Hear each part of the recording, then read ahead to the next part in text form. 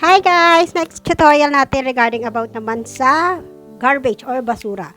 Diba, dyan sa atin, sa Pilipinas, every 1 week or 2 weeks bago kolektahin ng mga garbage truck yung ating mga basura. So, sobrang baho na, Oh diba, my yung ating mga God. basura at talaga naman, inuukod na at minsan may dinadaga pa.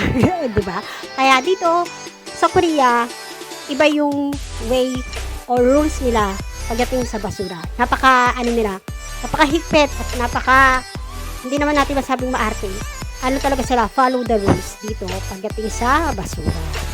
Okay, so ito yung mga plastic na dapat natin gamitin sa ating basura dito sa Korea. Dalawang klase ang plastic nila dito. Ito yung tinatawag nilang regular. Plastic para sa regular, yung halimbawa yung mga balat ng candy, balat ng mga kung ano-ano mga pinagkainan. Diyan natin siya ilalagay. Tapos, pagdating naman dito sa green, dito kasi ang location namin is Gyeonggi-do. So, ito yung color niya para sa aming plastic para sa kaning baboy. Yan. Yan po. Yan. Yan. Oh my Meron God. nakalagay yung address, I mean yung city, kung anong city yan. Yung plastic na yan. Yan ay para lang sa kaning baboy. And then, ito yung sinasabi ko sa inyong regular. Yan. And then, yung mga plastic bottle, tapos yung mga styrofoam, yung mga box, yung mga karton, kailangan po ay segregate. Hindi po siya kasama dito sa regular na sinasabi. At bawal na bawal din po yung maglalagay ka dito ng basa. Kailangan po tuyo lang ang mga nandito sa regular plastic. And then yung dito po, kung mga bottle, halimbawa naman yung mga lalagyan na ng mga ketchup, yan, mga bottle, mga palaman, kailangan po hugasan nyo muna bago nyo ilagay at itapon doon sa pagdadalhan natin ng mga basurahan. So yan guys, pupunta na kami doon sa location kung saan itatapon yung aming mga basura. Yan. So, very strict sila dito kasi pag hindi ka sumunod or hindi ka nag-follow sa rules nila regarding sa basura, may penalty ka. May kakatok sa'yo dito sa aming bahay para sabihin na meron kang nilabag na rules regarding sa basura. Grabe yung kaning baboy namin. Amoy na agad doon. Malamig kasi kami kimchi. Yan guys, ang tapunan dito ay sa first floor. Kami ay 9th floor. So waiting kami ng down. Yan, 9 na. So, pababa na kami sa first floor.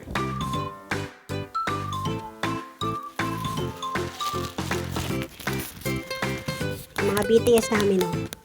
Si Boy Tigasin. Kita kasi Boy Tigas. Yan yung mga Boy T ng KP. Ito ay, anong floor to? Dito muna kami sa B1. Dito kasi itatapon yung mga regular at saka yung mga segregate na mga bottle. Oo. Ayan yung tapunan namin dito. Hanggang 10 PM open siya. Pagkalagpasan ng 10 PM, sarado na yung tapunan na yan. So, yan. Yan. Yan, may mga pangalan. So, yan yung mga box. Kailangan ilatag mo siya ng ganyan, ayusin mo. Tapos yung mga box na mga pinaglagyan, halimbawa ng mga sapatos, mga ganyan. Diyan mo ilalagay. Tapos yan, segregate. May mga pangalan yan. Mga pangalan, styrofoam, mga plastic bottle. Yan. Yan. Yung basura namin isa-segregate. Oh, ito, ano tong regular?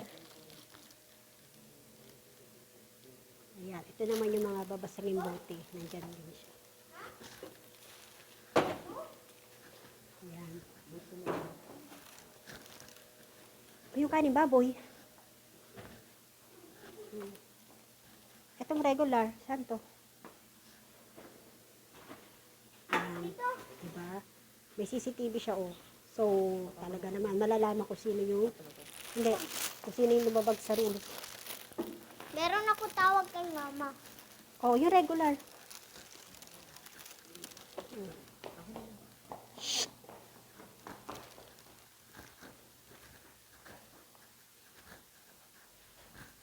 Ay, yung mga styrofoam doon itatapon.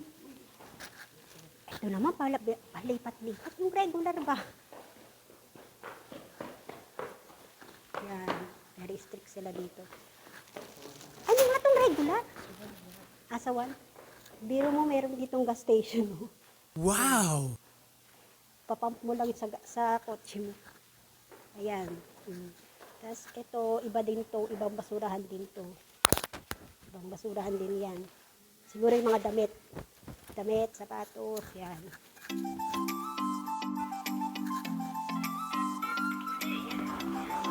Okay. Yung regular is dun daw sa first floor. Yung pinuntahan natin ngayon is B1. Tapos itong regular sa first floor at saka yung kalimbakan. Diba? Iba-iba yung iba. Yan, dito pala sa labas yung tapunan ng kalimbakan. Ayan yung basurero boy ko. Siya yung magtatapon ng aming kaning baboy. Yan, dyan tinatapon yung mga kaning baboy. Ibang color din yan. May green. Yan. Kapag green, tapos yung isa, green din pala lahat. Ayan, tinapon na. Dinikit lang yung code yan.